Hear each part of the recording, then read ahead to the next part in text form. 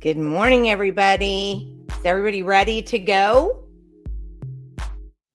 I'm assuming so. You look perplexed, but I'm going to pull you in anyway. Are you perplexed, Michael? Katy? Maybe Katy? There I am. Yeah. Good morning. Good morning. Oh, and Michael was there, and then Michael, he's playing hide and seek today. That's okay. He always comes through. Well, we'll let him decide what he's doing. He may be trying to work out his phone thing, the phone monster. That may be what he's trying to do still. Well, it's very good to see you among the land of the living. Jenni's back. I don't know that Yes. But I managed to make it upstairs today, Lisa, which was good. And Gracie, thank you so much. I really appreciate it. I mean, I really like the fact that Katy and Michael can do the show without me.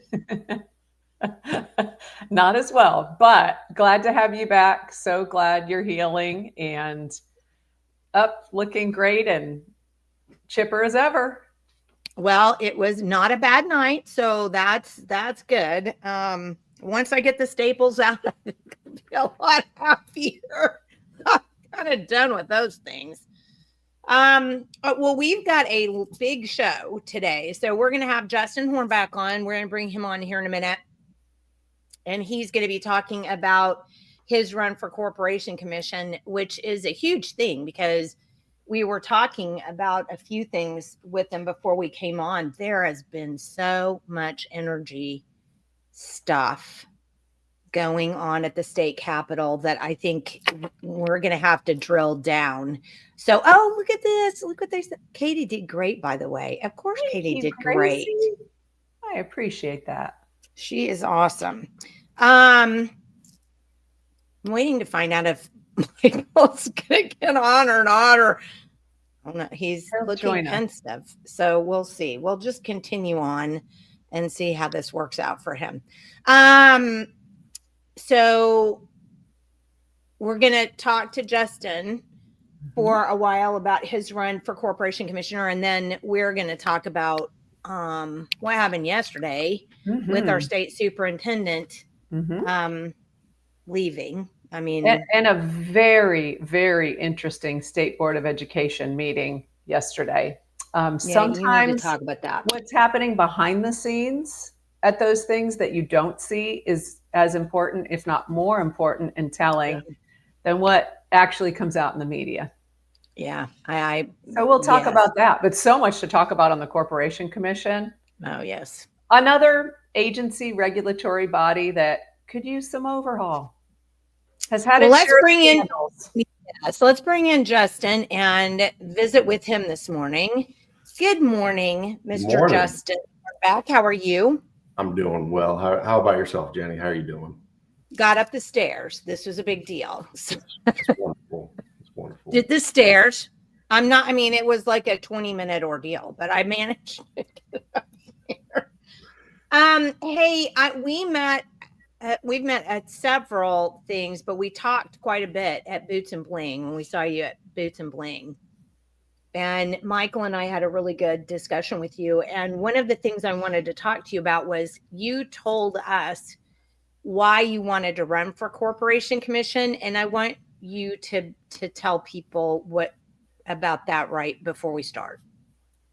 Oh, well, I wholeheartedly believe that the Corporation Commission, dealing with big industries here in Oklahoma, has a need for industry experience, people that actually come from the field and understand how laws are being applied and how these laws and rules are burdensome to not only the corporations, but are not, in fact, protecting ratepayers. And we've also seen a lot of legislation that's taken away a lot of the oversight the Corporation Commission has when it comes to protecting ratepayers. I'm not a political figure. I haven't been in politics. I'm running because I've spent 20 years in the pipeline industry working in oil and natural gas and energy generation. And I believe that insight is really lacking on the Corporation Commission. We will have two commissioners that come from the political arena that understand the laws. And I think that fresh perspective of an industry expert or experience, it would be a good change of pace.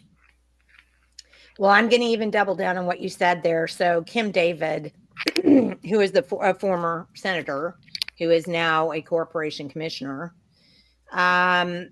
was instrumental in getting carbon capture legislation put into place before she became a commissioner. And I don't have a problem with Kim David personally. I mean, she's a nice lady. I've met her numerous times. She helped us with Common Core, against Common Core. She was didn't want that. So that's a good thing. But I don't like the idea personally, and I would imagine Katy would think the same thing, but Katy can speak for herself. You create these laws like the carbon capture thing and these policies about how we're going to deal with something like carbon as a legislator, and then you run for the office that's going to regulate the legislation that you've been so involved with. And I don't like that. It seems like, I mean, Katy, does that seem like insider trading? I mean, that's the only thing I can come up with. It seems, I just don't like it.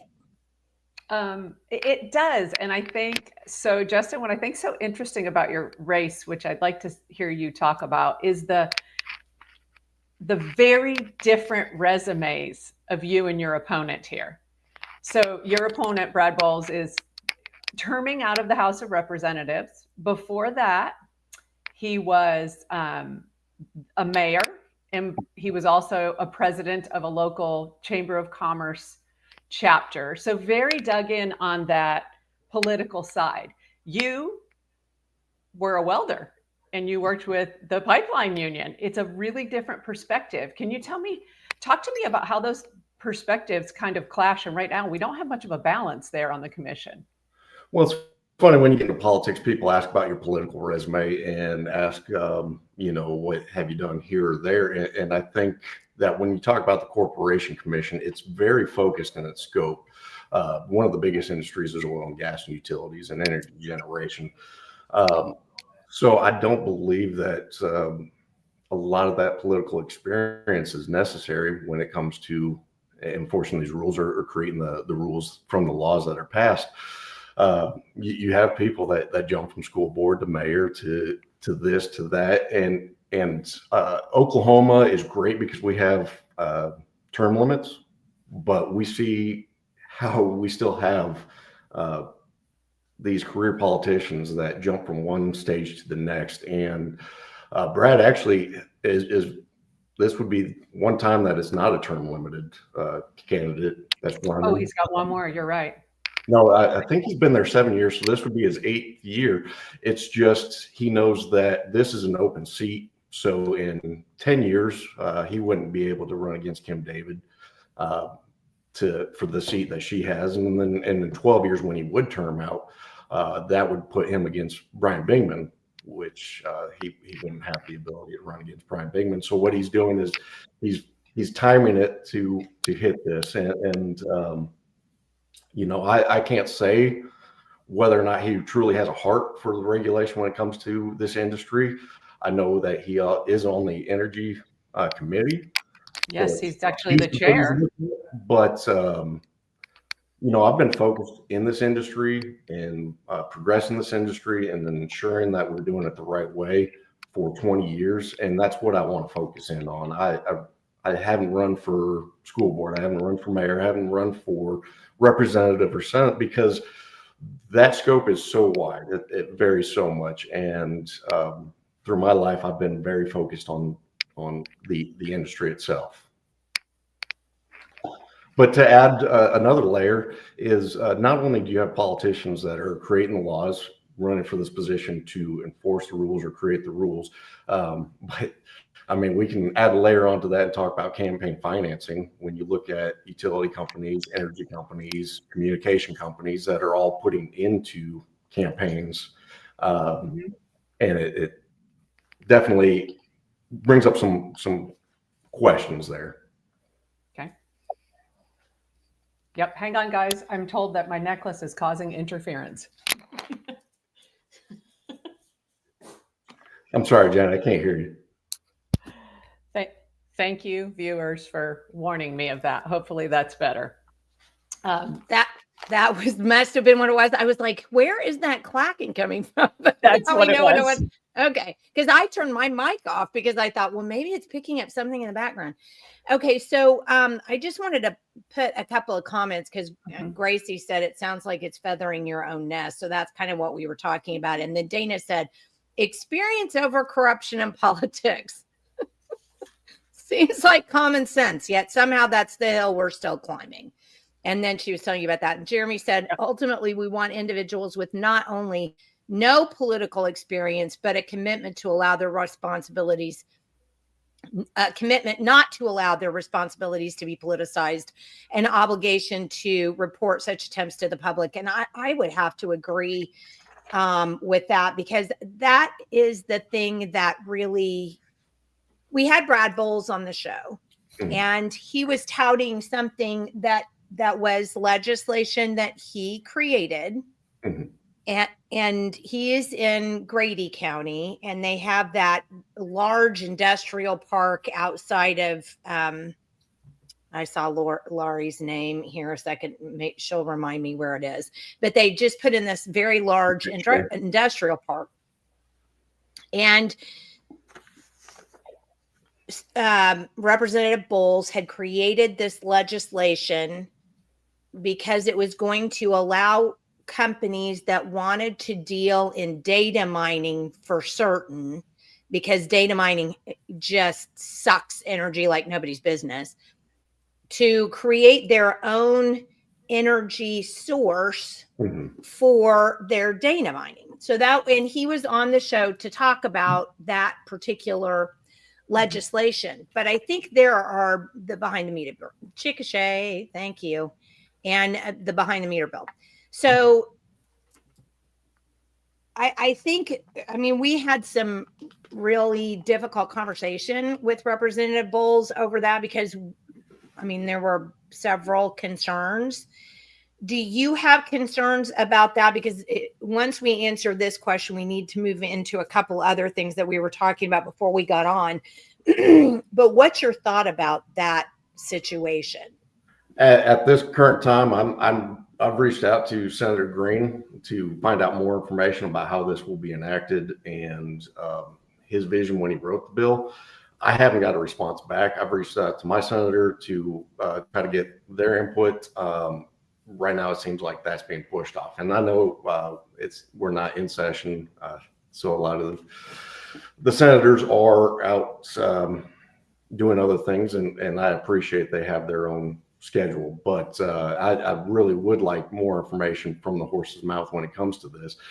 The concerning part about this bill is being touted as open market, which I could see that argument. However, it is a total restructure of the way that we do utilities here in Oklahoma, and it is creating a second class of people that are able to harness their own energy while not benefiting the people of Oklahoma at all. It's very concerning to understand just how the Corporation Commission will have oversight when it comes to this. I mean, in Chickasha, they touted this as a natural gas bill, but we know that Chickasha is planning on making that mostly a solar generation, and so there's too many questions, and I don't have the answers for you. I wish I did at this time. Oh, can't hear you. Can't hear you, Jenni. Sorry, I had a crazy cat coming up here like screaming, and I'm like, people don't want to hear that. No excuses. We pay them an annual salary. They're not responding for a reason. And I want to go into something else. Oh, and by the way, thank you, Noxie, for reposting the stream. You've got quite the audience this morning, Justin. So thanks to Noxie. So you can really dig in here today. All right. So I wanted to bring up, there was an article that was sent to me this morning. And it was actually in the Daily Oklahoman, and it refers to the conversation we were just having a second ago. OG&E cites controversial new utility law and plans to refile request to raise rates. Senate Bill 998 adds costs recovery provisions for public utilities. It allows a utility to start recovering work in progress expenses prior to the commercial operation of new or newly expanded natural gas facilities. Now, this was basically what you were talking about, but let me see if I can say it in more clear verbiage. Ratepayers essentially are going to pick up the tab for construction for these new facilities. Am I wrong? Senate Bill 998 was, and this is where me and Representative Boles are on opposite ends of this discussion, because in order to get behind the meter, CWIP or 998 was passed, and it was a very controversial bill because it took away the protections at the Corporation Commission when it talks about passing on utility or costs of construction onto ratepayers. It expedites it. It allows these companies to put the construction cost on immediately instead of waiting until the plant is generating to prove that it is viable, prove there's need. And this is very concerning because we are on the precipice. If you look on nationwide news, people are talking about energy rates going to be increasing over the next decade because of things like data centers, things like AI, cryptocurrency, all these heavy energy usage facilities. And I understand that it's where we're going, but if you look at our energy demands, it's been relatively flat. We've been able to keep the demand about the same, but it is going to ramp up exponentially. So we have to be very cautious and careful about how we continue to go forward, because I look at my utility bill every month. It's just another tax that we pay, because you need to have lights. You need to be able to cook your meal. You need to keep your house warm or cooled off in the summer, especially here in Oklahoma. And so if that increases, that's just an increase of tax that we pay on a monthly basis. Well, and let me posit this too, because you're a Republican. Yes. So Republicans are free market. We're supposed to be, right? We believe in the free market. We believe that the government should not be impeding upon people who want to create their own. They have their own entrepreneurial spirit and they want to create their own business. We're supposed to get out of that and let the market do their thing. Well, how can it possibly be free market when taxpayers are paying for infrastructure costs for people to create electric generation that is then going to be paid there? I mean, they're not doing this for free, right? I mean, they will receive payment from the businesses that they are backing. So thoughts on that? Well, here in Oklahoma, like I said, our system is set up differently. We view utilities as a service that everyone should have access to. And whether you agree with that or not, that's how it's set up. It's much like the Postal Service. We allow there to be a monopoly on that, but it also allows municipalities to opt out of that, like a franchise agreement. And so here in Broken Arrow, we voted for the franchise agreement. So the next 25 years, PSO will be our energy provider. And I spoke with our mayor and our vice mayor at the time that both said that they've looked into the pricing. They just aren't able to produce energy at that price. And truly, Oklahoma has had reasonable energy rates if you look at surrounding areas because of the way that it is set up. Now, it's not exactly the Republican way because free market is the idea. But again, like I said, this behind the meter being touted as a free market option is actually just one that contradicts our current setup. It brings in the free market for industry. It doesn't bring free market to you and me. It doesn't allow us to to generate our own or go to a third party. This isn't free market when you actually look at it. But with our utilities, they do have the ability to pass on all the costs to the ratepayers. They do have to prove that they are competitive. So we pay them what they say they're worth. The scrutiny needs to be at the audit level. And I'm glad to see in recent history when rate increases have gone from the commission, the proposed rate increase on some of those have been lowered, but it's still very concerning because we don't have access to the full audits to understand exactly why they were specifying a certain number and then how we were getting a smaller number, what they were trying to pass off to the ratepayers. So wait a minute. Again, can you believe, Jenni, that there's legislation that's Republican authored and supported in the state of Oklahoma that proposes free market principles, except for that it does the opposite? We see this so much. I'm getting these flashes of canoe and aluminum smelting coming through me here, that the consumer is ultimately going to be hurt by what has been proposed as some helpful free market solution or economy builder. My biggest concern is it's like Dana said, she's just it's authored by Republicans. And don't forget, this was Grant Green, who is up for election this next year. So if you don't want a senator who likes to manipulate the market so that businesses can get perks off the backs of taxpayers, then you might want to have that discussion with him about that. There was Jeremy thinks maybe that you're saying I didn't hear this. I thought you said that the prices, because this is the way I understand it, so just help me out here. Energy prices in Oklahoma have been pretty stable. And in fact, part of the reason why we don't really we're a natural gas state. And that does us very, very well. Part of the reason we don't really want the green energy crap is because when those things actually go around in a circle, all we do is sell that energy off to Southwest Power Pool. It doesn't even stay in Oklahoma.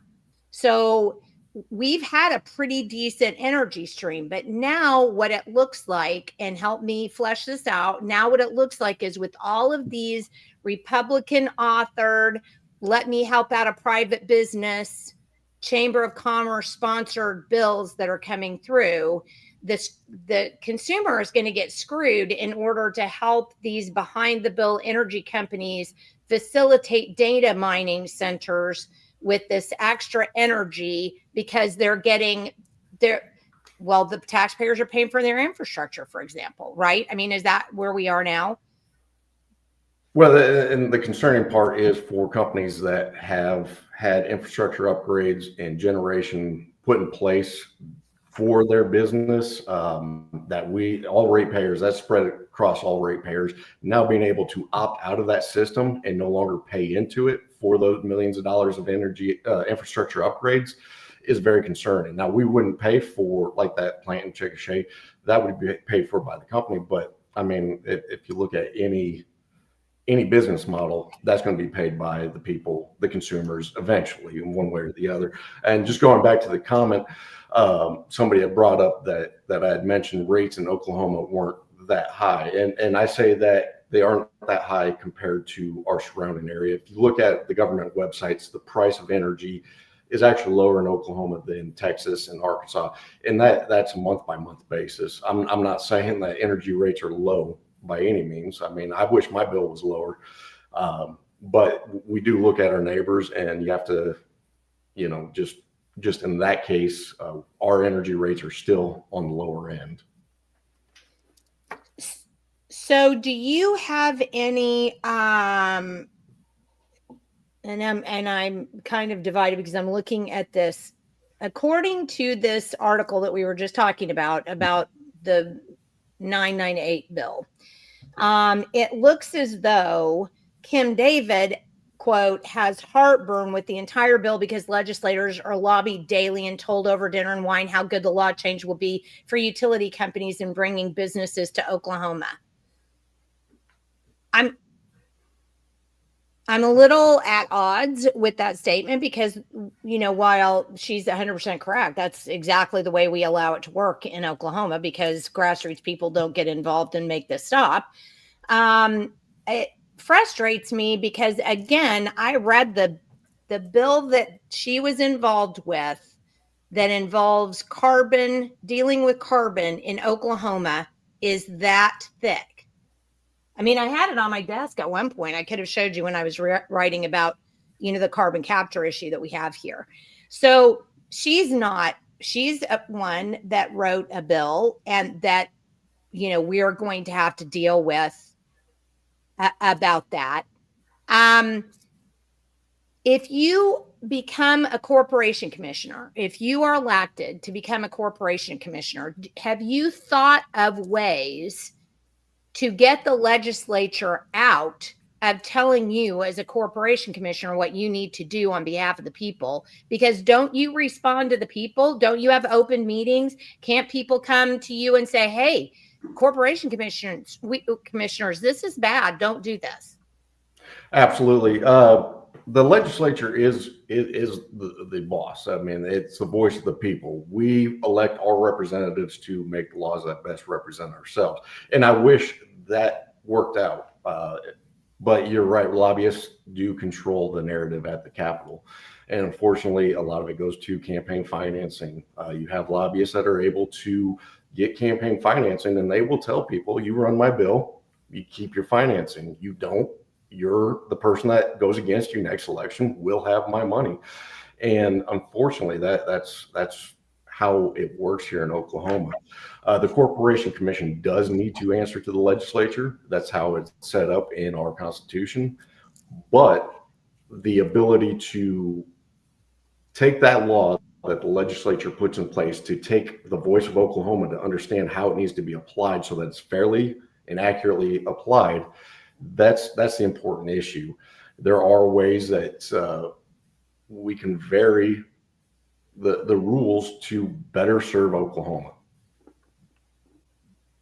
Okay, Jenni, I've got two things, and I just see them rolling through the chat of what people are thinking about. There's two themes here, and when we talk about carbon capture, we get into this.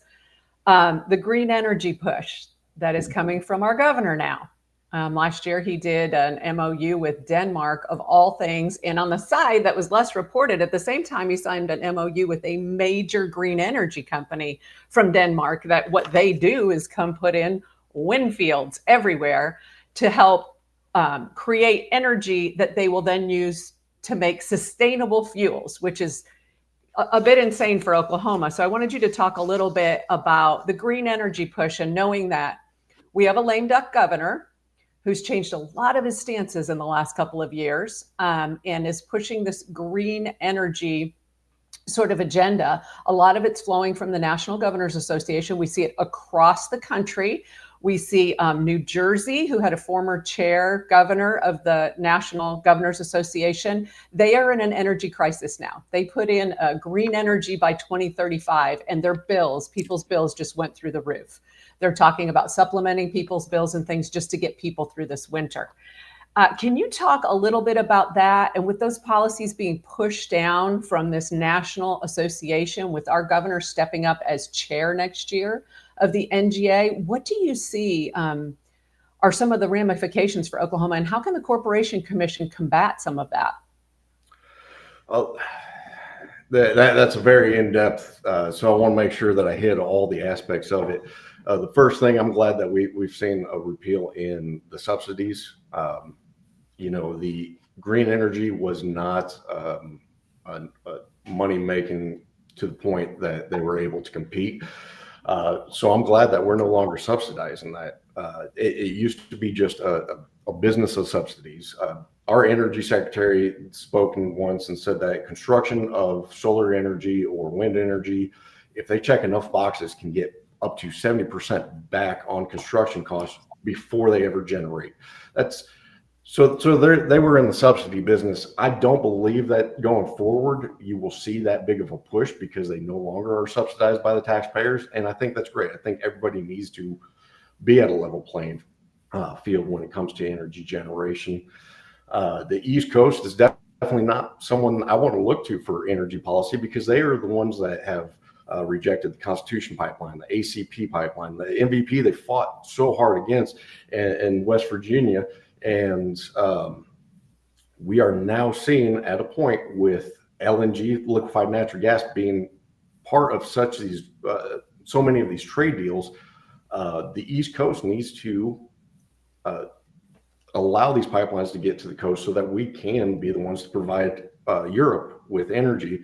We shouldn't be sitting there allowing Russia to supply energy to Europe when we can do the same, especially if they aren't willing to come to the table and talk about, and that's foreign policy. I don't want to get into that too much. No, it's interesting. Your pipeline experience, and you have direct experience with the pipeline unions, you understand this, has a lot to do in Oklahoma. We have to look above and see what's happening.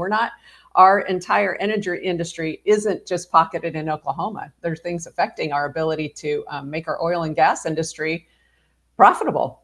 Well, and I wanted to hit something that you mentioned a minute ago. So you said that our green energy is not being subsidized anymore. And I do want you to kind of respond to this because this is something that just makes me nuts. And can you see that well enough, or do I need to increase my screen? Blow it up a little more if you could. Okay. Don't say blow up on a stream. Sorry. Enlarge. How's that? Is that better? Yeah. Okay. So this is a website that I use all the time called Subsidy Tracker, Good Jobs First. And so when you go into Subsidy Tracker and you just click on Oklahoma, that's all you're going to do. It gives you the state and summary of what Oklahoma taxpayers are paying for. So our biggest amount of taxpayer subsidies, Justin, go to OG&E. So they have over $1 billion in just 18 just 18 awards. We have the taxpayers of Oklahoma have provided for OG&E. And this is not, I'm going to go ahead and fix this so the year will come up and we can see. Now it's true. It looks to me like the biggest one to OG&E was in 2023. But if they've been getting energy subsidies before and they've gotten so many from Oklahoma, what's not to say that they're not going to? And NextEra is the second highest taxpayer subsidied company in Oklahoma. And when we go down here and look, it looks like 2023 was the last one for them too. So I'm going to click just to see. Oh no, they got a property tax abatement bill. Oh, that was Texas. They're not doing, I don't know why we moved from Oklahoma because it was supposed to be Oklahoma.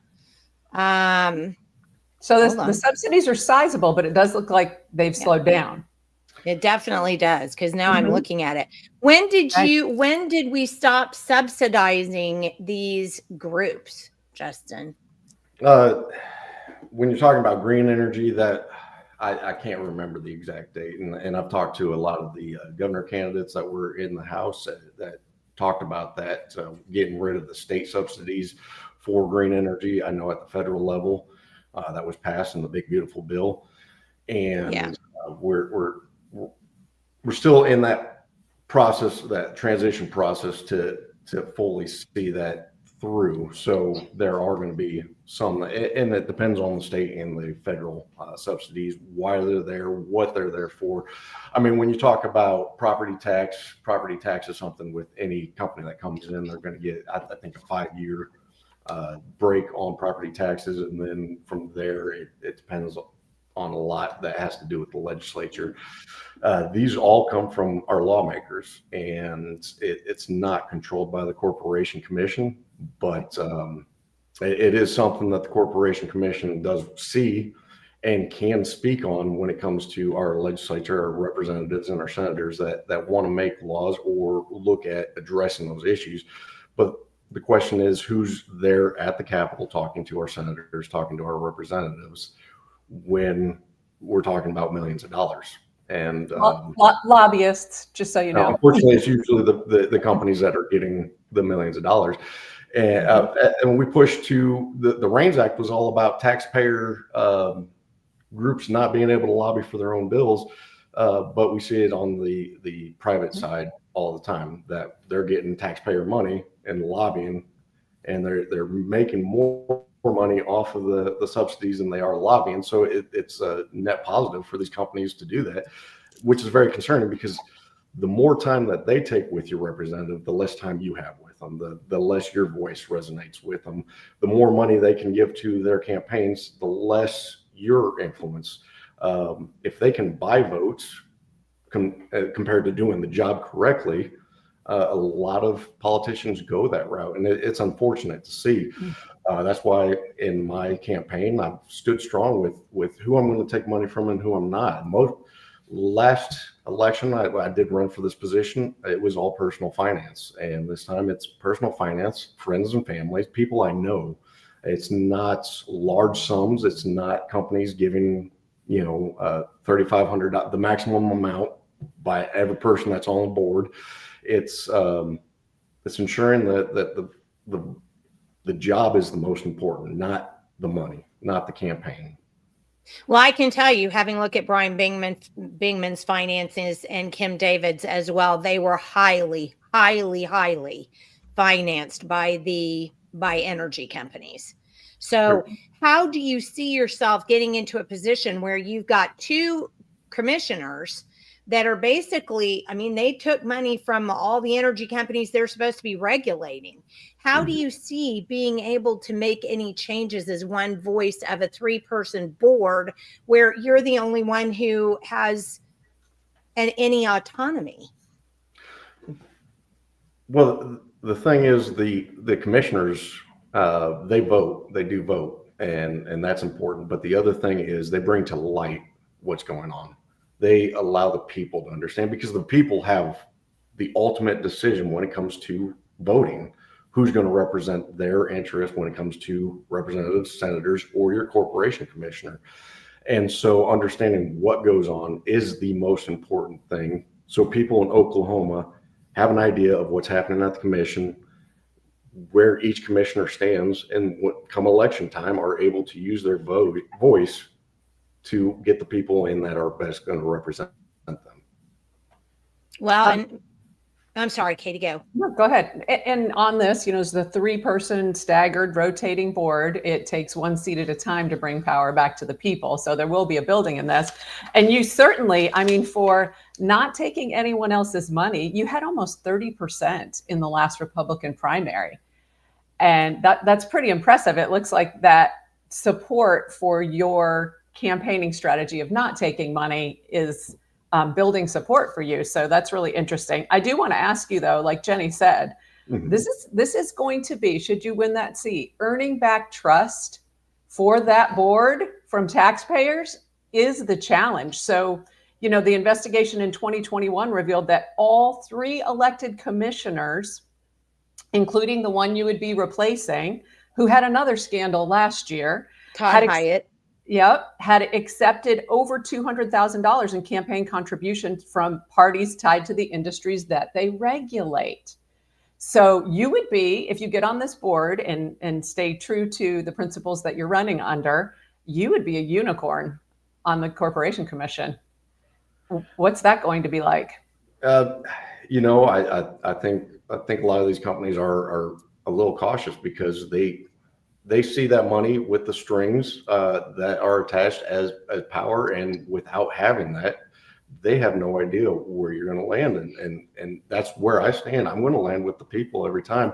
And it doesn't mean that it's always going to be against them. It doesn't mean it's always going to be with them. It means that I'm going to do what's best for Oklahoma, because that's the role, that's the job, and that's the important thing. And I think trust is a big issue.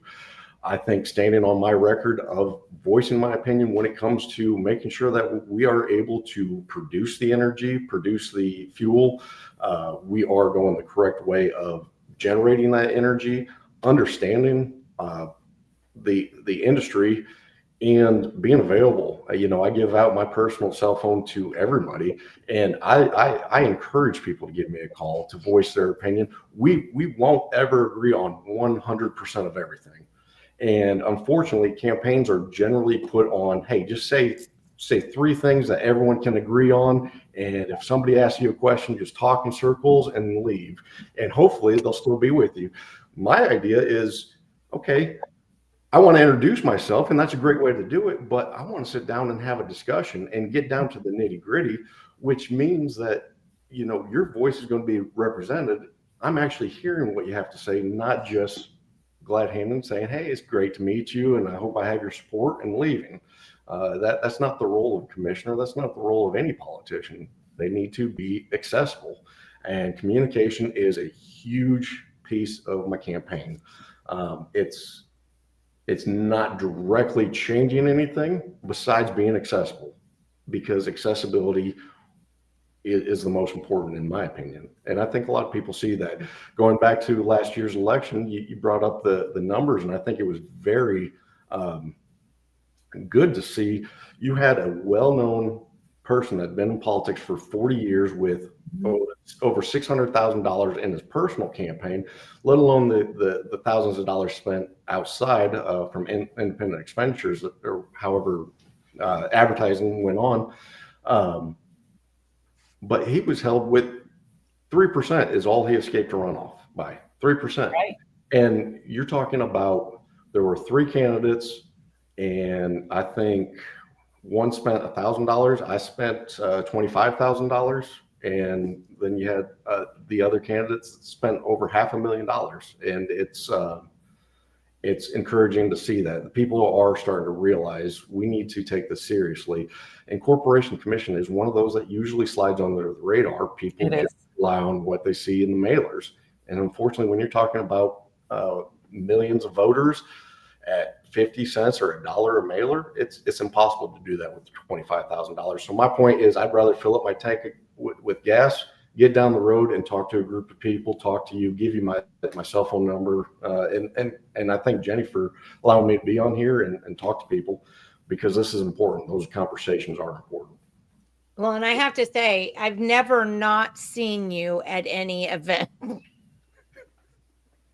Yes. Well, that's the thing. When you're not taking the money from the special interests, you have to wear out some shoes. You have to talk to people. And I think it's impressive that you were so close on the last round in that. It really is. I mean, we're getting to the point too, where you hear more and more from voters and your listeners, Jenni, that the mailers, the expensive, slick mailers that used to get you an election, we're in a really different mindset right now. Now people want to burn them in effigy. They know that a handful of the political consultants who have made, yes, I collect them too, have made, captured the power and taken away from the voters in this state across all agencies and elected positions are behind those mailers, and people aren't buying it anymore. So it's interesting to see someone in a real grassroots campaign start to build and come back.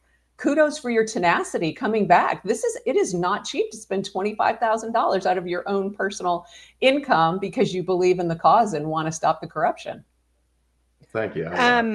So let me ask you this quick question, because we talked about this just briefly, and there's one.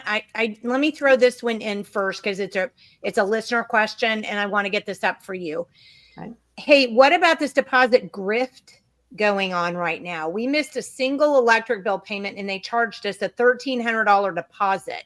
You can't really negotiate with a godforsaken monopoly, so maybe you're the guy who could answer this here. And I do think I think Jeremy's hit on something. Yes. We're stuck under the OG&E. I mean, come on, really? That's what we have. I mean, how do we stop this monopoly garbage anyway? It just seems crazy to me. And then answer, Jeremy's question, because that's not good. Well, like I said, our system is set up that the municipalities have the actual authority. They have the ability to create their own electrical provider. A lot of municipalities don't go through that. Some that do end up having larger rates because the cost of generating is so high. I've talked to a few people that are with co-ops or municipalities, and they're concerned about their energy rates, where they don't have the fees or the runaround that you get sometimes with these larger companies, but there's concerns everywhere, and I'd love to look into that a little farther.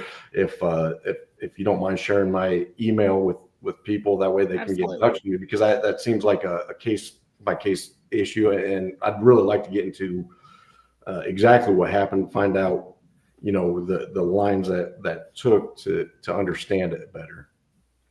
Well, Jenni, can I say, it looks like Michael's back with us, and this is really within his wheelhouse. Well, I don't know if he is or not. I told him to put himself in. No, okay.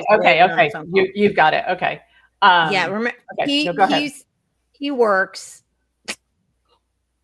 Okay. We got some great comments too. We'll have to get to. Yeah, we've had some really great comments. So this is one that we talked about earlier before we came on. PSO seeks regulators' approval of $1.2 billion in energy products. And I'm going to have to make this bigger because the type on this thing is so small anyway. It's crazy. Let me see. Did that help at all? Yes. Oh, good. It did. Great. Okay, perfect. Okay. So there was a public service company of Oklahoma made recent regulatory filings seeking pre-approval of more than $1.2 billion in energy projects that could mean higher consumer electric rates or more than $10 extra a month if approved by the corporation commissioners. Do you know what this flurry of filings are specifically? According to this, it says specifically PSO is requesting approval of 8 generation resources to meet customer needs. 7 of the projects involve up to 1,500 megawatts of Southwest Power Pool accredited capacity. PSO is also requesting approval and cost recovery of 2 combustion turbines that are each 225 megawatts and are expected to be in service no later than December 28th. This doesn't sound like a thing that's going to benefit ratepayers or consumers. What do you think, Justin? Well, and it comes down to if your energy rates are staying stagnant, why are our bills going up?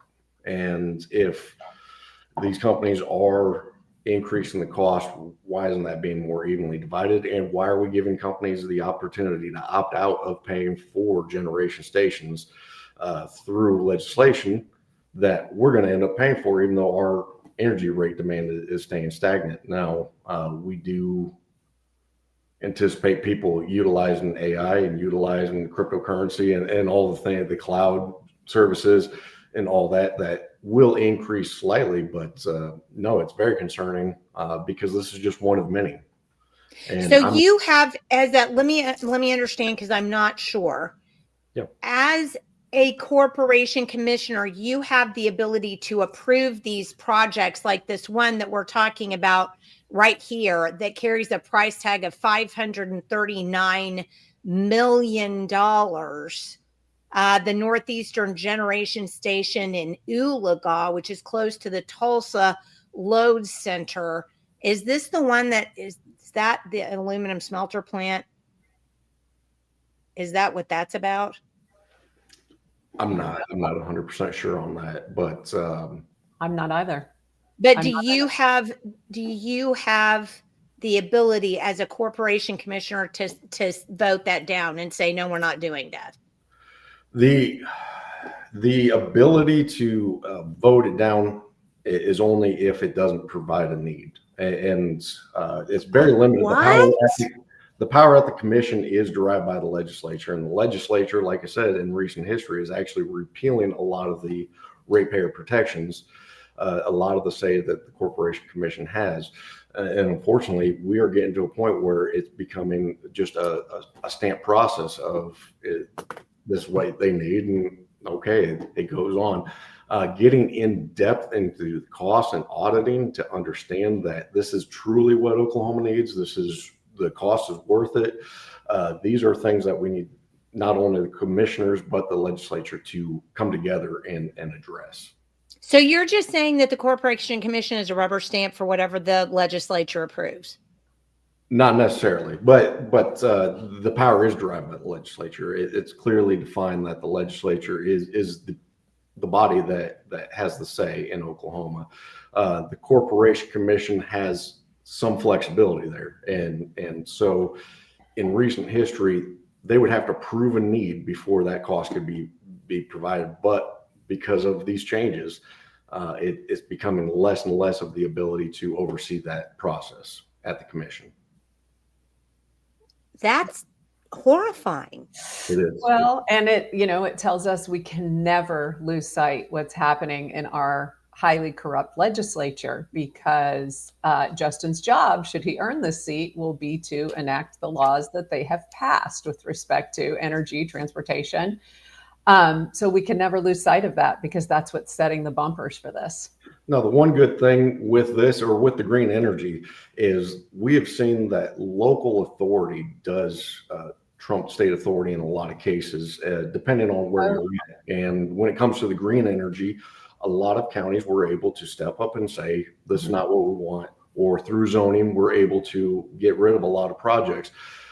Retaining that local authority is very important. I want to ensure that we stay that way. I know at the Capitol, there's a lot of talk of instituting, setbacks with green energy. And I want to ensure that the local level has that authority to ensure that the teeth are in place, that county commissioners are not fearing retribution. Here, I believe it's Wagner County that denied a construction project, and they're being sued because of it. And, that's where the state needs to step up and ensure that the local authority has the right to say yes or no, because they are the voice of the people. And I believe that bottom-up structure is important. Well, I'm going to ask you this too. Does it do any good to call the Corporation Commission and give them our opinion that we don't want the rate increases, or that we don't want you to stamp the legislation like this behind the meter stuff? When we are already being shown that it's going to increase our electric bills. We have no choice, because the legislature has said, no, we don't really care about free enterprise. We just want to go the Chamber of Commerce route, where we're just helping those businesses that have put money into our coffers. I mean, that's what it sounds like. So is there even a point to calling? There is, and there's open comment and public comment periods for specific cases. And I encourage everybody to be a part of that, to put in their comment. A lot of cases, the Attorney General's office is there to be the voice of the people. But when you only have one office that's being outnumbered by the other entities that are in the room, it is hard to get that. Now, the more public input you have as a commissioner, the more ability that you have to vote one way or the other, because you have that to lean on. So it's very important we get involved. The problem is, a lot of times these processes are behind the scenes. They're not being well informed. People are not being informed when these go on. They're not being well informed on the timing and when to get that in, how to get it in, who to get it into. But there are ways to email. There's ways to show up to meetings. There's ways to call in and talk to the commission themselves, and to have your voice heard. And that's very important, because we saw it in the legislature. Like I said, lobbyists seem to kind of run the Capitol. But in recent history, you've had so many calls flooding the Capitol, talking to representatives saying, we don't want this, or we do want this. And a lot of that has changed. The people are getting their voice back, and I'm very encouraged by that, because that's exactly who needs to have the biggest voice at the Capitol is the people. I just wanted to point this out because this is my friend Shelley who lives in Washington County, and that I did a really deep dive into carbon capture in Oklahoma when we found out that our governor had allowed a private company to come in, and they actually were created by a man who he's an international person. He doesn't live in America. And he came in and created this carbon capture facility that was the second largest in the world. And nobody knew about that. And if you went to Washington County, nobody in Washington County that I talked to on the phone knew anything about this. So, Justin, who is the organization that's protecting us from these kinds of things? Because here's the thing. A carbon capture pipeline, if it ruptures, that gas, the liquid that then becomes a gas and then it comes out of the pipe, will kill stuff, kills animals, kill people. Why do we not know that this is happening in our own backyards? Is there a way as a corporation commissioner to tell people what's going on? Because when I called the corporation commission, the person that I talked to, Jack Mennies, who is their PR guy, had no idea, and it took him forever to even find anything out about it. Yeah, I've had dealings with the corporation commission that were kind of concerning when requesting information on pipelines in my area. There was one or two instances where I was told, we can't give you this information, it's proprietary information. And this was just basic information. I was asking about a new pipeline going in, the pressures that would be on it, and what would be transported by it. So nothing particular, nothing to really get into the business of whoever owned that. I just wanted to know what the pressures and what was going to be passing through, the size of it. And I was told that they couldn't give me that information. Now, DOT has a permit whenever you cross a highway. So I went to ODOT, requested that permit, which had that information on it. It had the maximum allowable pressure. It had what that pipeline was and the size of the pipeline. And when I called back to the commission to ask why I couldn't just get that information with my initial information request, I was told that the lawyers just said it wasn't in the best interest. And I don't believe the corporation commission should be denying information that's just basic safety. And I understand a lawyer will never go out of their way to give you information. No. But the lawyers aren't the ones that are supposed to be running that. The lawyers can give input, but the commissioners are the people that are going to ensure that they are working in absolute transparency. Obviously, there are proprietary information that you have to protect, but there's public safety and public information that should be available to anybody. Well, if I've got a pipeline running next to my property that could bust and kill me, I think it's probably the state's job. It's their job, since the whole job of any elected official is to what? Protect the liberty of the citizenry. That's the only job. There aren't other jobs there. It's just the one job. Right. So my liberty ends when I get killed by carbon dioxide coming out of a pipeline. Yeah. And in that, the corporation commission should have that information. The county commissioners should be aware of what's going on in the county, but also the fire department. I mean, when you talk about that have to do with carbon capture, the unfortunate thing is a lot of the emergency response people were not aware of so they couldn't even respond if an incident happened. So I understand on the pipeline side, a lot of the safety aspects that have been put in place, and I've seen that when it comes to leak detection and being able to shut down a pipeline. Emergency response is the second most, and it is the most important to have set up, but it's your second fallback on top of mechanical. And that's important. The county should be well aware of that, because emergency responders are the ones that are going to be addressing any situation, understanding the route, understanding that the route needs to avoid schools, needs to avoid these highly important areas, that's a big issue. Wow, that's Well, unconscionable. Absolutely that is. unconscionable that local first responders wouldn't be aware of the threats in their area to be No, that's not in specifically- Oklahoma, but that was Oh, one okay. of the stores. Oh, no. Yeah. I'll take exception to you there, Yeah. Justin, because Washington County. in Washington County, they didn't know anything about that. Okay. Well, I was just, what I was repeating was information I read, and I forget I think it was Mississippi. If I could be wrong on that. You're right about it was Satartia, Mississippi. Okay. And the trend that you mentioned that lawyers within our government agencies and bodies and regulatory institutions are definitely making the decisions. And you see it more and more in journalism. You put in an open records request under a state law that is clear as the day is long, and they will first reject it or they will redact the living daylights out of it unlawfully. And basically say you can't have that. We see it all the way down. We see now that that's been adopted by local police agencies. We see it all the way down that the lawyers are making the decisions about transparency.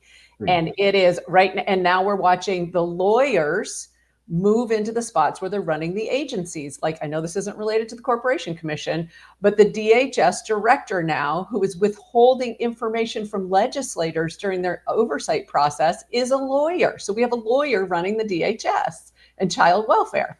It is a veil against public transparency. And that's exactly what the commissioners are there for, to ensure that bureaucracy isn't run away, to ensure that they're working for the people. Well, and see, but that has to happen because Shelley makes an excellent point here. They also hid the blue whale information under an NDA. This is what they're doing with data centers, Justin. They're going in and getting these mayors and these city council people to sign these NDAs.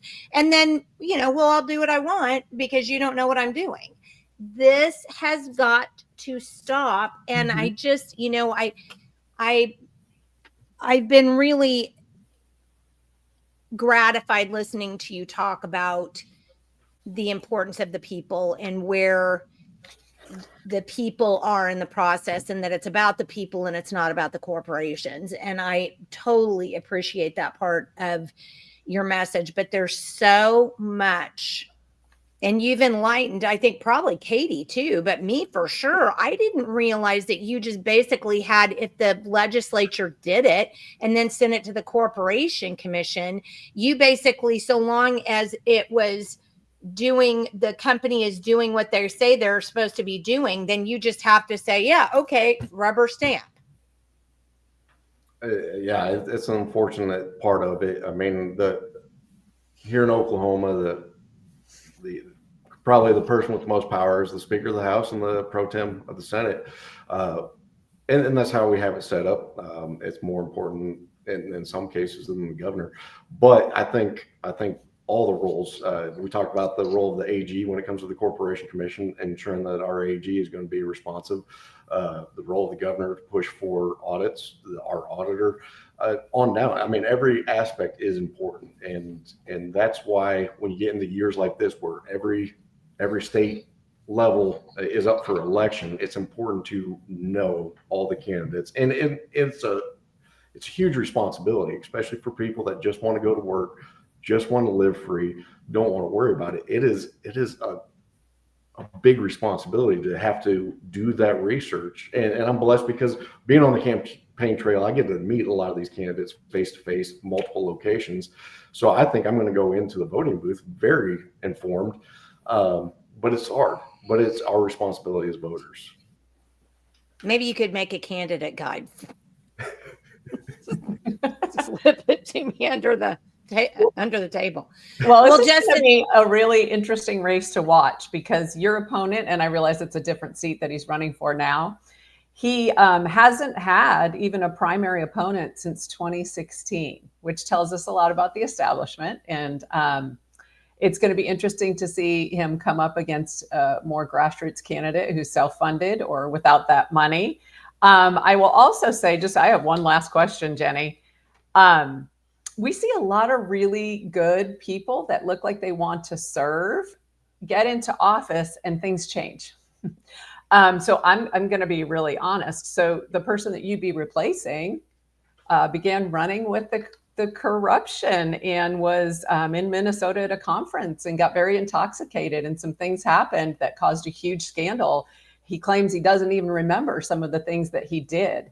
It's very real. This peer pressure among the establishment in our government is very real. And when you don't go along with them, they will. We've all interviewed people who said, if you don't do this, we will be primarying you out. That is the quote that will come to you. What happens when someone comes to you, Justin Hornback, and says that when you're halfway through your first term? Well, I mean, that starts by, I'm not afraid to run against anybody's money. I'm not afraid of doing that. And I believe that the people are going to make the best decision. And when I talk to people, like I say, I give my personal number, which I haven't seen a campaign do that before, because when this campaign ends, unlike everybody else's whose campaign numbers are going to be disconnected, mine will still be the same. It is my personal cell phone. My email will be forwarded. There are still ways to hold me accountable, and I would rather be held accountable by the people than be scared of having money run against me or not having money to campaign in the future. This position, whether it's 6 years or 2 terms or 12 years, that's my goal. It's not, I'm not looking at a political career past that. I'd like to do what I can for this industry, for the people of Oklahoma. And when that is no longer needed, I'd love to come back home, go back in the industry, retire, and enjoy life. So they can't really dangle the political aspirations in front of me either, because this is very important, and this is the only position that I see myself running for and doing, the best I can for the public service. Well, Justin, I've got your email up. If people would like to talk to you, and I know you are certainly very accessible. I mean, honestly, if you've ever been to a Republican function and you didn't see Justin there, then you just weren't watching very well. He's not afraid to be out there, and he's not afraid to talk to you, and he's not afraid to take your questions. So, thank you so much for being with us today, Justin. Really, really appreciate it. And thank you we hit you with some tough questions. Those weren't, small things. So I totally appreciate your willingness to come on and talk about these, because this is hard stuff. Hey, I want to thank you for giving me the opportunity and getting into the big issues, because that's what's important. You're informing people, and that's the first step, getting people informed, getting them to understand how important this is, because when you talk to people about the Corporation Commission, a lot of times you get that glazed over look, because people, they don't know. Like I said, people just want to live their lives. So they don't pay attention to that. So thank you for giving me this opportunity, and thank you for the hard questions. Yeah, and just real quick, sorry I missed this. I had some important stuff at the office that I had to just immediately. Yeah, everything's always more important than us. Well, we know. nothing. That's not the right wording. But anyway, I want to contact you on a separate issue that I want to make sure you have all of the information on. So okay. I will contact you later. But I just want to pop in here real quick and tell you that I'm going to contact you. Hey, I appreciate that. I look forward to it. Email is the best way if you're going to send information. Otherwise, you can give me a call at 918-219-3185. That's my personal cell phone number. Give me a call. Or if you want to email the information and then give me a call and we'll talk about it. Yes, sir. Thank you. Gracie says, thank you, Justin. Thank you, God Gracie. bless. God bless. Thanks for being with us, and we'll talk to you again soon, hopefully. Hopefully. All right. Bye-bye. Well, I have to say, I learned a bunch of stuff. Well, I probably didn't want to learn. Did you know that the Corporation Commission basically is, they're just an arm of the legislature? Did you know that? Well, I don't know if you call it an arm of the legislature. And I think what he's trying to say is his job is to follow the law. If he's on that commission. I have to ask Noxie. Let me ask him. I'll text him while we're on. So go ahead. I'm sorry. What? I think what he's saying is his job is to follow the law when it comes to those matters that come under the umbrella of the commission. And I don't think that that's been done. So there is a huge improvement in getting people that see that their job, the parameters of their job, and following the law. Where would we be in this country if federally and at the state level, our elected leaders had actually followed the law? We'd be in a Wait, is there a law that they're supposed to follow? I guess I'm unclear. I don't know, immigration laws just come to Really? mind, Huh. these kind of things. Those pesky things that we talk a lot about that only matter to people, to certain people. Okay, those. Yes. So I like a candidate who knows their boundaries under the law and how they are supposed to serve.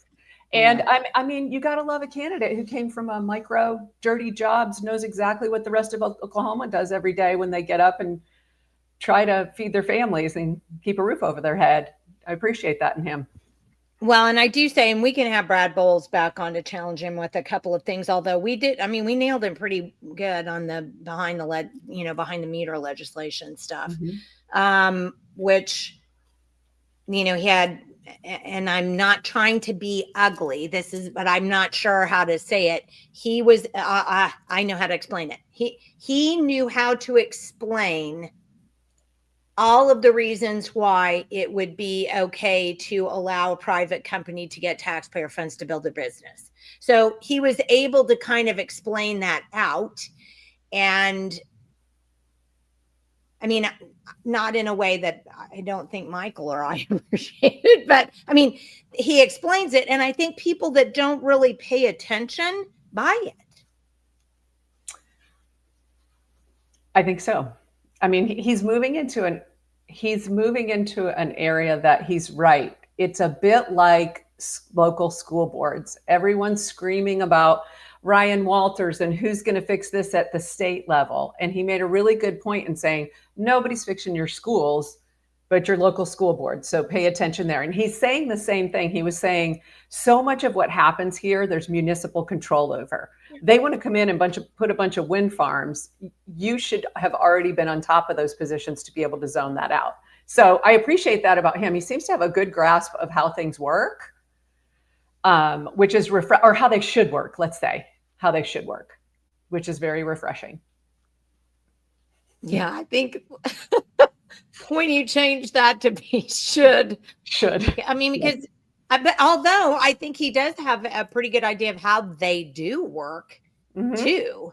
And I think having somebody who knows how they do work is going to be able to maybe help us navigate a change toward how they legally, lawfully should, in terms of justice, should operate. So, I mean, there's really something to think about there. Just listening to some hints of integrity there about doing the job that you're elected to do. When we had on this corporation commission last year, the chair stepped down. I mean, I think the public would have said he should have been out, but the chair stepped down for some really scandalous kind of reasons. And there was also this finding of they're getting all of this money from the entities that they regulate. We'll see how this one fleshes out in this election. Well, you know what that brings up, because we were going to talk about Ryan Walters and his resignation, but you and I talked yesterday because there are two board members on the State Board of Education that just do not attend meetings, or they haven't lately. I mean, so I could definitely start with that. Well, let me just say this. Let me attach it to what we were talking about. Okay. So it used to be, like, for example, when I was mayor here in Luther, if you missed 5 board meetings, then you got kicked off. I mean, because you can't, there's a 5-member or 7-member board for a reason. See, this isn't an even number. And so you don't have the issue of being able to, tie if you have all the board members present. So it's extremely important, if you're a board member, to be present at those meetings. So in our town, we have a law. If you don't want to come and you have not been able to attend 5 meetings, then you have to be removed from the board. So does the Oklahoma State does the Oklahoma State Board of Education have that rule? That's a really good question. I'm working on a piece that I'm going to be putting out Monday about everything that happened this week in public education. There's a lot to unpack here. So let me say this. let me make a debate statement, and you can change my mind if you will. I believe that Ryan Walters stepped down because our governor essentially, theoretically, deeded the State Board of Education to the teachers, the education unions, and it effectively made him powerless. So, and it took away the people's mandate when they elected him. So Ryan Walters was the only elected member of the State Board of Education, and both state law and our Constitution state that he is the executive member, gives him special control. He's not just another board member. He controls the agenda. He runs the State Department of Education, and he brings those matters to the board for approval or disapproval, right? But what you're talking about the numbers is sort of where that lays out. So here's the State Board of Education, right? We have all of these members. So we have Ryan Walters for a moment, but also Zachary Archer and Sarah LePack are the longest running board members. They are MIA. They are missing in action as things became extremely political. And I can run through, just spend a few minutes talking about how we got here. As they've become political, it's as though they've been warned to stand down. So these are the board members that have been most recently appointed. We have Mike Tinney, Ryan Dethridge, Chris Vandehend, and Becky Carlson. So I have reported extensively on these folks, and we can go to, these are the folks that have been showing up, okay? The other two, since January, we've seen them mostly missing since January in monthly meetings. And that started when Ryan Walters had them voting on collecting information about the language and origin of students in Oklahoma to be able to provide the services they need in their correct language. They had the superintendent of Oklahoma City Schools come in and say, hey, we've got 71 languages happening here. We do really need this. That became a political lightning rod. Football. It was the explosion that blew up this board. There was also the green energy thing. Ryan Walters had weighed in on Stitt's recent green energy MOUs just the month before with Denmark and a Denmark company, and bringing all this wind energy and renewable fossil fuels and all these kind of things. So these are the folks who have taken over control of the board. Okay. And they've been there constantly. Last month, they actually, or at the beginning of this month, they actually held a special session on their own at the Capitol of the State Board of Education. Okay. Without Walters. So I want to go back, and I want to give your viewers just a small history of how we got here. Well, let me, before you do that, okay, this is what was really interesting and what I wanted to tie back to what Justin said. Okay. So when we went and looked at the board stuff yesterday, there used to be, and this ties back to what Justin said, there used to be a law saying that you had to attend so many times. That law got repealed.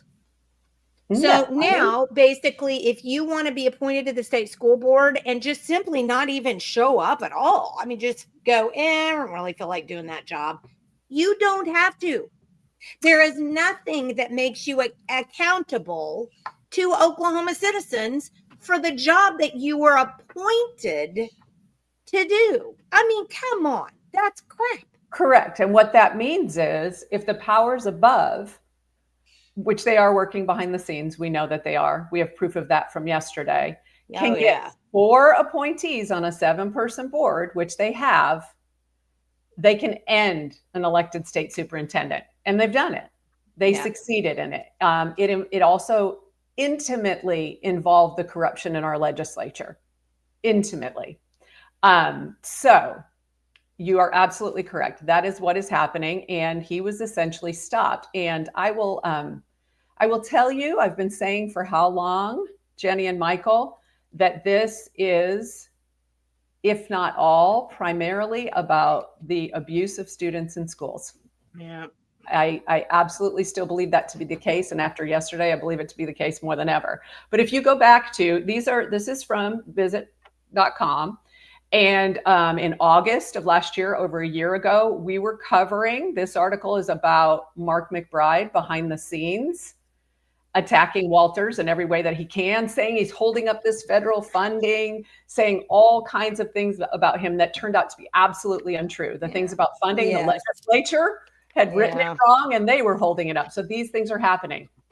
They were pulling attorneys out from underneath him so that he would be very vulnerable in the decisions that he's making. Because if you look at the timing, okay, so Walters comes in at the beginning of 2023, took him a while to get the tires on the pavement, and then he staffed up what the SDE has never ever had, and that's an investigations unit, and that's a way for parents to go over the local school board, over the superintendent. If something happened to their kid at school or they had a grievance, they could bypass that and come to the State Department of Education. Under Joy Hoffmeister, those were thrown in the round file. They did nothing with those. You wouldn't have seen this board take any action against a dangerous teacher, a pedophile teacher, unless they had been criminally caught and convicted, and it was in the news, right? So as that started to happen, you saw these legislators come out and start to fight against it. So ignore some of this. This is everything in education on our education tab, so I'm going to go forward. So here we had a podcast with you where we were talking about who shouldn't have teaching credentials. The media and legislation protect the perpetrators. So we were talking openly about this last September, a year ago. Well, and not only that, we talked about the fact that it's the stupid, back to what Justin was talking about. It's the freaking attorneys. It is, which brings They us say, oh, well, if you fire them and you can't absolutely prove this, then they'll turn around and sue you. I mean, come on. They do this on town boards, in city councils all the time. Well, let's just get them to resign. Let's do that. And then we don't have to sully our hands with it, because they don't want to, if somebody would come back and sue them, then, and they always make it about the taxpayer. Well, then the taxpayer would have to pay them. It's so clown show. I'm back to what Dana said earlier. It's so clown show. That's just clown show. Stop doing that. And if they're screwing little kids and young people, get them out. There should be no predators in our public schools that taxpayers are paying for. Well, and when we get there, the last 5 minutes of that meeting yesterday said it all. If you listen to nothing else, go onto Facebook at the Oklahoma Department of Education, look at the live feed and watch the last 5 minutes. You will understand. So in October of 2024, it's when we were culminating our Harmful Coaches series. And we got to the superintendent of Shawnee, a very politically connected figure who had worked under Joy Hoffmeister, had been saved from another scandal, right? That's down here at the bottom. That when that started to come out, and that was a spider web, the whole series of how they do exactly what you just said, Jenni, passing the trash of perpetrators who've been hurting kids for generations, not only passing the trash to other districts, but promoting the trash. So that was a really big, we hadn't seen a superintendent on the line for direct abuse yet. So that really sparked something on the board. And then we got to this in November, this article called Politics, Public Ed and Perpetrators. The Attorney General stepped in as they are ripping these certifications from these predators and said, you can't have your attorney anymore, board. And guess what? And all of these attacks that were happening hours before meetings, the night before when they couldn't respond. He ripped away their attorneys and he put this guy named Brad Clark in there in the interim, or they can't conduct business. Now, Brad Clark had been at the SDE with Joy Hoffmeister. He had actually interviewed this superintendent who was working at the SDE at the time, who was up for having his certificate suspended for doing things to girls at 3 or 4 different districts. Can you say swamp without saying swamp? Well, Katy, is A.G. Drummond just that bad, or is someone pushing his buttons? I mean, what do you think? Have you read any of his press release? What do I I'm think? sorry. And I'm working on this. I'm working on something to come out about that. What do I think? I think it's about money. Really? And I think that they will allow children to be harmed because of the money. So we'll be talking much more. If we talk about that now, we'll never get through any of this, but stay tuned, I would say, on that. So then as we move forward, these are other things, different perpetrators doing all kinds of kids. This is the education tab, so it's the best I can do. And then we get to here. So now we're in February of this year. Now remember, oh no, I think I definitely missed a big one here. Oh no, it'll be up here. It didn't come in order. So then I report on this bill, and I want you to keep this in mind. So this is Dick Lowe and Danny Sterling. They're both Republicans in the House. And they put up a bill to undo the bill that Sherry Conley got through that said no more teachers, coaches, school staff texting or communicating with a student one-on-one. Great. You need to tell them something about when the game bus leaves. Include a parent, include the whole team. You're not doing it one-on-one. That seemed like a very common sense piece of legislation, and it passed through. Very easily. They were seeking to undo it. Both of them are former ag teachers, former school administrators, and they were saying, this is just too inconvenient. We can't do this. I want you to keep that in mind when we talk about this meeting. Then we get to March, and this is where in January, when the two board members that did not show up that I showed you over the immigration and green energy thing, they just went MII. And let me tell you, those two board members were the most consistent board members. This board that Ryan Walters had up until that point, up until January, they were there. And they were criticized for being like-minded. But when you're going into executive session and you're seeing the evidence of what's happening in these schools and what these people are doing to kids and how they're covering it up, of course they're like-minded. Any good person would be. They were voting unanimously, as any of us here would. So then we interviewed Kendra Wesson, Katie Cubido, and Ronald Burdick were all removed from the board after voting to collect language and immigration information from students. So STIT immediately removed them from the board, and the article talks about the offer that was made behind the scenes to Kendra Wesson. Hey, we'll put you on this tax commission board, and you'll go from a voluntary position to $160,000 a year, but you've got to say no to Trump and no to Ryan Walters. That was the conversation with the chief of staff from STIT's office behind the scenes, and she very bravely gave us that interview. So we know when you see the STIT ads, which none of us know why STIT's running a gigantic campaign in his lame duck session to say how great he's doing, something else is coming. Something is coming. So keep that in mind as well. So that was that article. And then it just began to roll. The attacks got thicker and thicker. Kyle Hilbert, who is our House Speaker, youngest ever House Speaker, flipped a bill, really in the strangest way on his own Republican colleagues. They've shifted the rules where they can do all kinds of things. They stripped out a bill and at the last minute threw in language. It wasn't even pertinent, germane to what was in the bill in the first place, to take away agenda power from the superintendent. Now that flies in the face of the state constitution. They didn't care. And someone said, Kendra is phenomenal. Boy, do we miss people's advocates like the three that left our board in January. Yeah.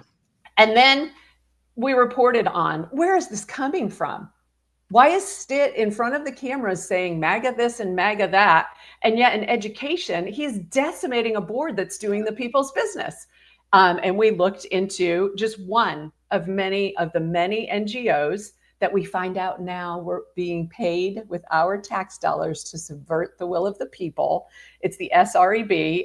It's the Board of Control for Southern Regional Education. It's been around a long time, and now it's extremely progressive. STIT is a part of it. Senator Adam Pugh, who is chair of the Senate Education Committee, and Caldwell is also, Representative Caldwell, who had a whole bunch of legislation on education up that was not. You mean like 224 that would stick all kids in Oklahoma in a database? Yep, exactly. I even came on your program and we had a gigantic day where we went through all of this and said, what are they trying to do to the board, right? Yep. And then we get into the years of the 22 and the months of the 224. You said exactly. These are the same folks that are trying to do the bidding of the Chamber of Commerce, who originated this bill. Because data is money. And as we saw, sorry, I'm trying to balance my ice pack and everything else. Like Dana says, always follow the money. Data is money. Data is money. That is exactly correct. So 224, we all know, a lot of your listeners are in the grassroots and they know what it took. When Walters gave this publication the very neutral comment, because he was being extorted behind the scenes by legislators to keep his mouth shut or support it. And when he gave the most simple comment of, I'm neutral on this bill. If legislators ask for data, I have to under the law. Within 15 minutes, someone stepped to the podium in the legislature and suspended the rules, and they tried to flip another bill to take his power away. So this has been relentless. The fact that he lasted as long as he could is interesting. And then we started to vet who he was putting in the way, who he was putting onto this board. Chris Vandenhen, we saw some overlaps. I'm not telling you what to think, but you decide. The article talked about his industry in jet fuel and what's involved in that MOU with Denmark that lines up sort of like cog and teeth here. Well, and he's been, and instead appointed him to other boards. It's not like this guy is look, a new person that might be somebody new in Oklahoma that might be good. No, we just recycle the people that we know will do what we tell them to do when we tell them to do it. The compliant. We definitely use the compliant. And then, Walters was coming in about budgeting in the state. People were conjecturing about if he would run for governor. This board member, Michael Tinney, that we covered, may be the most conflicted person ever to step on the state board. And he is the proof that Stitt has handed over this board to union interests. We know about Tinney. His wife runs the POE, which is a teachers. They don't like to be called teachers unions, but they are a teachers association that takes dues out of teachers' paychecks. And that is how they are funded. And they must, as part of the policies that they provide teachers, they defend teachers who are accused of misconduct before the very board that Michael sits on. That went through the Senate committee anyway, and he was approved despite Senator Dusty Devers doing a really thorough job of questioning that and saying he could never support him for those reasons. Okay. Then we reported on Mark McBride, remember, who started this whole campaign against Stitt, who he ended up going to Finland with a bunch of folks, including the woman who runs the OEQA, a regulatory agency within education, who was can't hear you.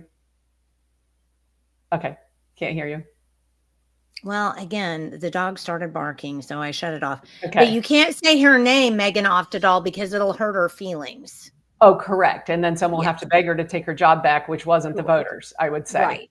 So they took a trip to Finland to see how democratic socialism does education, which is bizarre because McBride then is no longer in the legislature. Not that would have been an appropriate trip for him to take in the legislature anyway.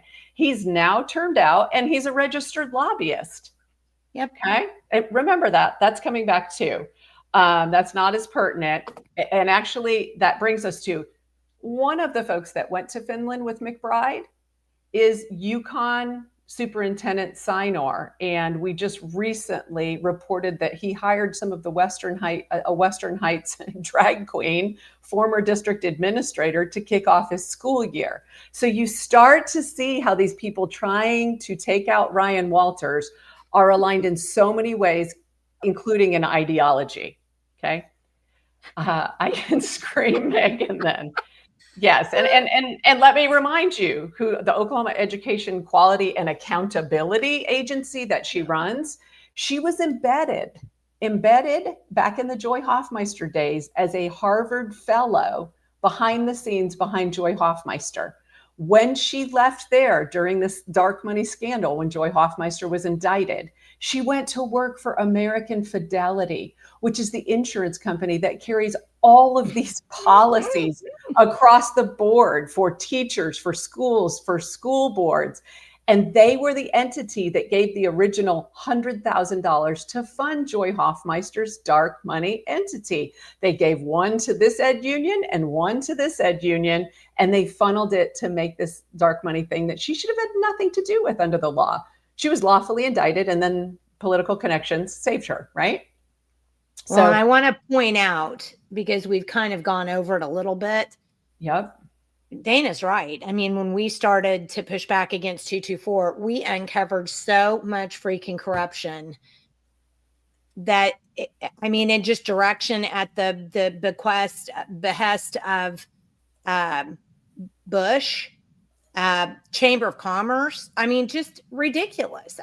This state is not run by the people. This state is run by Jeb Bush and the Chamber of Commerce. It's interesting because those things are really starting to align, they've always been aligned, but they're becoming more obvious to the rest of the world. So should we move to what's happened with Ryan Walters? Ryan Walters stepped down and made his announcement actually on Fox News. And that's a shock. Yeah, not so much. But he's actually going to an organization associated with the Freedom Foundation. So the Freedom Foundation has been around for quite a while, and they are basically, for public employees, they fight the union corruption. That's what the Freedom Foundation does. So they call themselves not a think tank, but a battle tank. So this is sort of the pushback against these NGOs that are overriding the people's voice. So they have formed this thing, and it's new. It was just formed at the end of 2024. They're just getting on the ground, called the Teacher Freedom Alliance. And it's really kind of an interesting thing because it's like a teachers union, and our teachers can opt out from having their paycheck docked by the OEA here, who is connected to the NEA. And anyone who keeps up with things knows that the NEA is off the rails progressive. And they will provide them with the things that they need, free, $2 million of liability coverage for a teacher, free. So this is an interesting thing. The Freedom Foundation has already pulled almost 300,000 people out of public unions that are working against the people by offering these kind of things. It'll be interesting to see where that goes, just so people know where he's going. Now, the why he left Oklahoma, while he's still within his term, has a lot more to do with these four people that are on the screen right now. So yesterday, hours after his announcement, really, they had a board meeting, and it started really as normal. They had a moment of silence for Charlie Kirk, which kind of looked like it tasted like vinegar for a few of those members who were sitting at the table. I will tell you that before the meeting, and let me put this up here so you can sort of get a visual of what was happening there. What happens in the room before, during, and after off of camera is sometimes more telling than anything. So let me share this with you. And this is something that I put up. Before the meeting started, Dick Lowe, so remember Dick Lowe is a current Republican representative in the House who had put up the bill so that creepy teachers can again talk one-on-one with students. That bill failed thanks to huge grassroots efforts. Yeah. Dick Lowe worked the room before the meeting started, congratulating these four board members for what they'd accomplished in Walters standing down. You could hear the conversations. And he was definitely pretty proud of himself, owning the room, a bit of the general. It looks like he's taken the place of Mark McBride when it comes to education corruption. So people do sort of need to be aware of that. Now, so they'd had their moment of silence for Charlie Kirk, and then Walters asked a young man named Mason, who is a Turning Point USA representative, to say a few words about their efforts in getting Turning Point USA chapters into Oklahoma schools. He actually covers like a 7-state area. So he talked for a few minutes. But other than that, those few minutes at the beginning, there was nothing really controversial going on here. They went on to do the board's business, some exceptions from school districts, those kind of things. And we were almost out of the room. And in the last 5 minutes, in something that looked incredibly planned, Chris Vandenhend came up and said, we're concerned about all these teacher certificates that are in limbo. And he said the word livelihood and threatening their livelihoods and holding their livelihoods several times. Okay. He definitely is advocating for the teachers who are under investigation. And he asked for a special meeting. Now, none of this was on the agenda. This was something he had to stuff in at the very end. Ryan Walters was very unapologetic in saying, I'm not giving you a special meeting, and these investigations will go on as they are supposed to. And we've seen that there was nothing on the agenda this time for the first time in Ryan Walters' tenure of looking at suspensions or revocations. So behind scenes in the executive sessions, they've been battling it out. And here's what I will tell you, and I'll be writing about this. Those 4 members have been pushing for these folks, even when there's solid evidence of misconduct, to be not suspended or have their certification sent through the due process hearing process for revocation, but for them to basically be supervised for a year, for the superintendent of that school district to discipline them and for them to be on probation.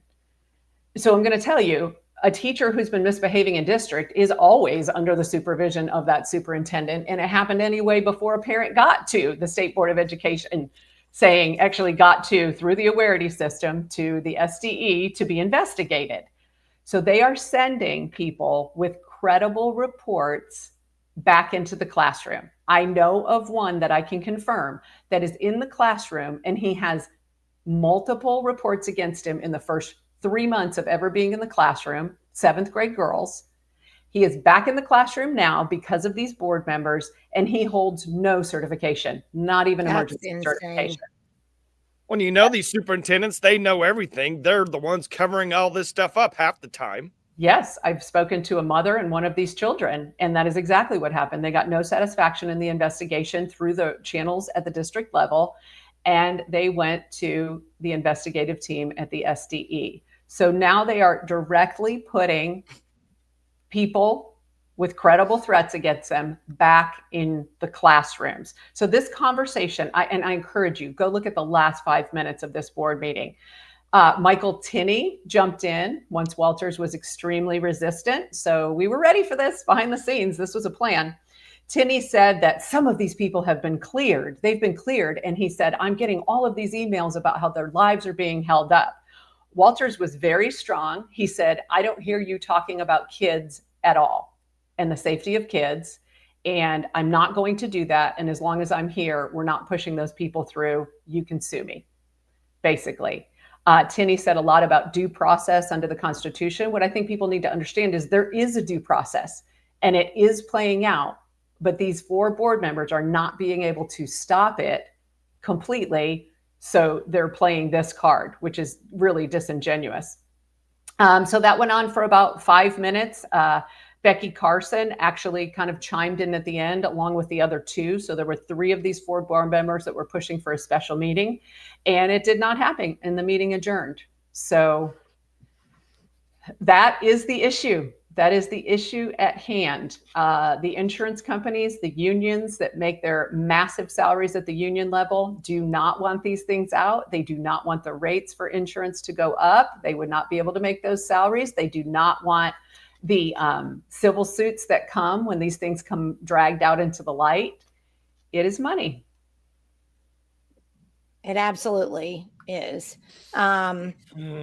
Are they pedos? Why would anybody but pedos protect pedos? And you just answered that question, because they're costing them money and they don't care about children. They care about the bottom line. What? An internal investigation was just a song and dance? Shocking. still protecting pedos. These sick people are hoping to make adult-child relationships normal. They are after our kids. There's absolutely just such, and I love what she said earlier, the illusion of something that changes nothing. Yes. So, and Jeremy makes a good point. So, see, we should be ending these. Well, no, I'm not going to say that. Let's not say that, Jeremy. We don't say that on this program. But I will say this.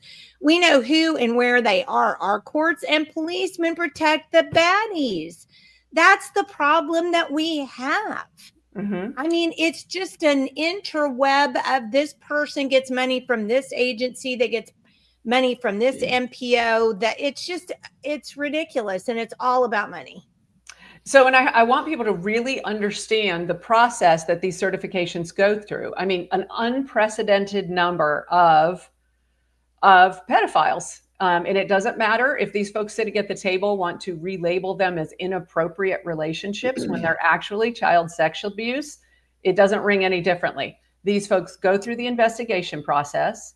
I know the credentials of the folks that are working those investigations at the SDE, and there are 20-year detectives that are working these, and they're interviewing all of the right people, and they're making the recommendations to the board. And then if someone is suspended, they have due process. This is not, they can't just say, yank, you're out. It goes to a hearing officer.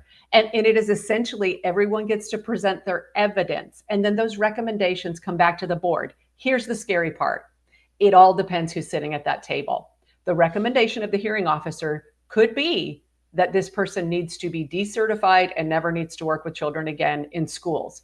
They can still vote over that, and that person can go right back to the classroom, the principal's office, or in this case, we still have the pending former superintendent of Shawnee. And people should know that family, that superintendent's family, as this is going on, and I personally interviewed multiple of the girls coming forward about him. They moved to Bristow, Oklahoma, and Kyle Hilbert's wife, our Speaker of the House, is on the school board there. And that school board voted to hire that superintendent's wife as a teacher within Bristow. So they were sort of relocated by employment to the Speaker's wife's district that she sits on the board. This is all very tied in. And it looks very suspicious. And Dick Lowe looked very happy to be working against the will of the people. Yes. So, well, you know, I was not a Ryan Walters supporter. I mean, I didn't vote for him in the primary. Obviously, I voted for him in the general, but I didn't vote for him in the primary. I thought he spent more time clashing with people than he did actually getting things done. But the one thing that he did do was work to try to protect children from predators. And that was, I mean, hands down for certain he did that. And we should all be grateful to him for that, because I don't care why you're in public education, but if you're not in it for the kids, get out, get the heck out, get out. Correct. And when I say you're in it for the kids, I mean protecting children, not abusing them, not getting them because you have not being in there because you have access to them. So we've got to keep this conversation going. I'm unfortunately going to have to get off of here because may need a little more medication, a little more Tylenol or something. You do that. We will definitely continue to follow this very closely. I will say this.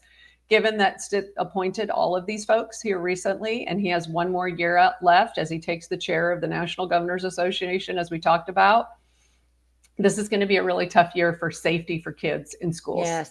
And parents should be really heads up about that. Mm-hmm. And if you can, get your kids out of public schools. I would just do that. Yeah, I shouldn't have said anything. Well, you know, and I'm worried with Ryan, you know, not being in there and the constant promotion of that Awareness program. They're probably just going to pigeonhole that entire deal. You know, they'll still be up there. No one will respond, and nothing will happen. Nope. They're going to Joy Hoffmeister it right back to where it was, is what I would use be, that is my multiple fear. times. That is my Yeah. fear. I used that multiple times, and I had several things done. I helped other people use that multiple times, and we actually got some things done for kids Yes. just because of that program. Because when you go talk to the teacher, nothing happens. You go up, you talk to vice principal or something, nothing happens. You go up, you talk to, like someone in administration, nothing happens. They all just keep sweeping. Yeah, we'll do an investigation. We're checking it out within ourselves. It's all BS. That Awareness program was the only check and balance that we as parents and taxpayers and citizens had against that system. It is. So we have it'll a be- comment Yep. on Rumble that says there is no appropriate sexual relationship with a child. The fact that they even come up with these labels is Correct. infuriating. It's a pedo. That's what Yeah. it is. Yeah. Yes, it is. And then Dana says, and that needs to be exposed. Recommendations of the officer and the vote of the board members protecting predators. If anyone outside the swamp did the same, they would be arrested or charged with failure to report. And that's such a well, and it's think about it now. We don't get to know any of that. There's no transparency in this process because everything that happens about teacher misconduct happens in executive session. Journalists don't get to attend the hearings associated with these teacher misconduct cases. We don't get to see the recommendations. We don't get to see the evidence. I happen to know some of the evidence because I happen to have been involved in some of these reporting on many of these stories. So I've seen things that I know what happened and I've seen them go through the process. And we had the train on the rails for over a year. Yeah. And it was happening and it threatened the powers that be. Yeah. You know what I'd like to do, just as a spinoff of the t-shirt deal? I would like to institute an entire policy, have the legislator vote on it, approve the whole 9 yards.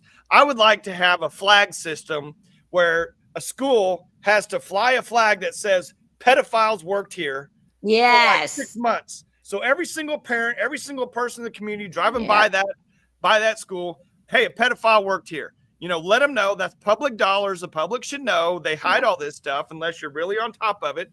But just have an entire flag system with all the little infractions that they do. They got to go out and fly their flag right out there in front of the school every day.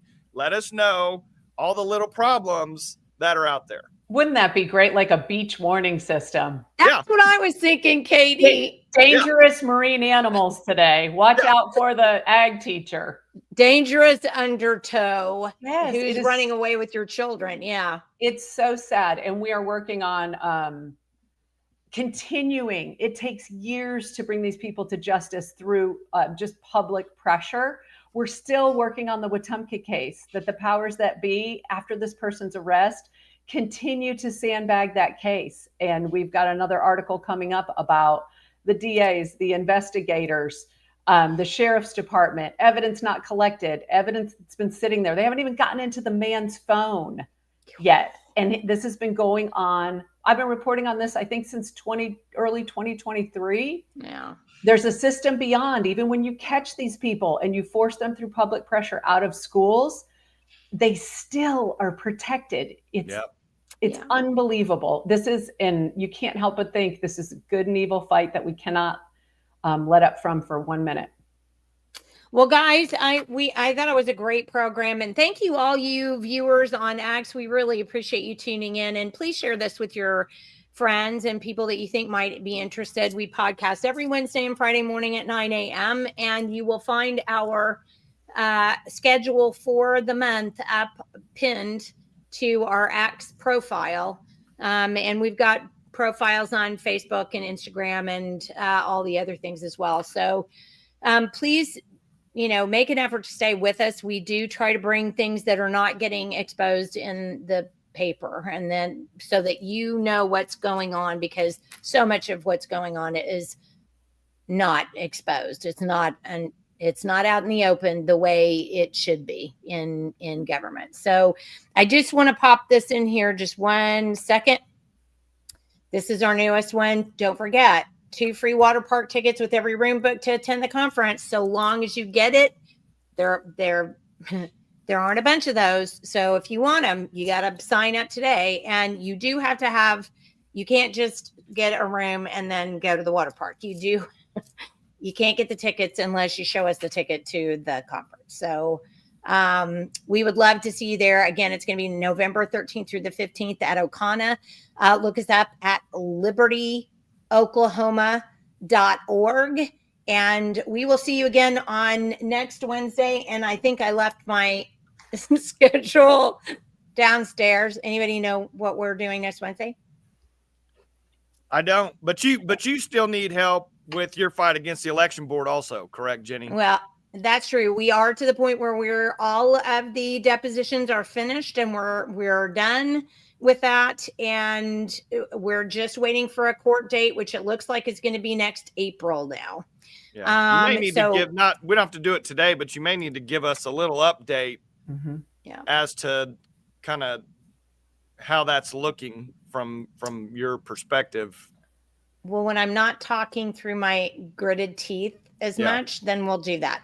Next Wednesday is, oh my gosh, I haven't put it up because I forgot. Next Wednesday, guess what, you guys? Next Wednesday is the 1st.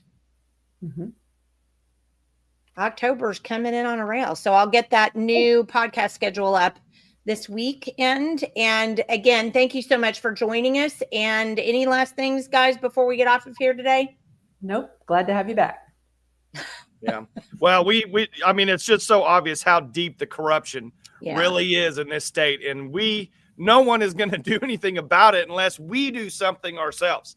I mean, we have to turn this thing around because it's only getting worse. It just keeps getting, no matter what you look at, whether it's Corporation Commission, schools, whatever board it is, it's inherent. Just the corruption in the state is unbelievable.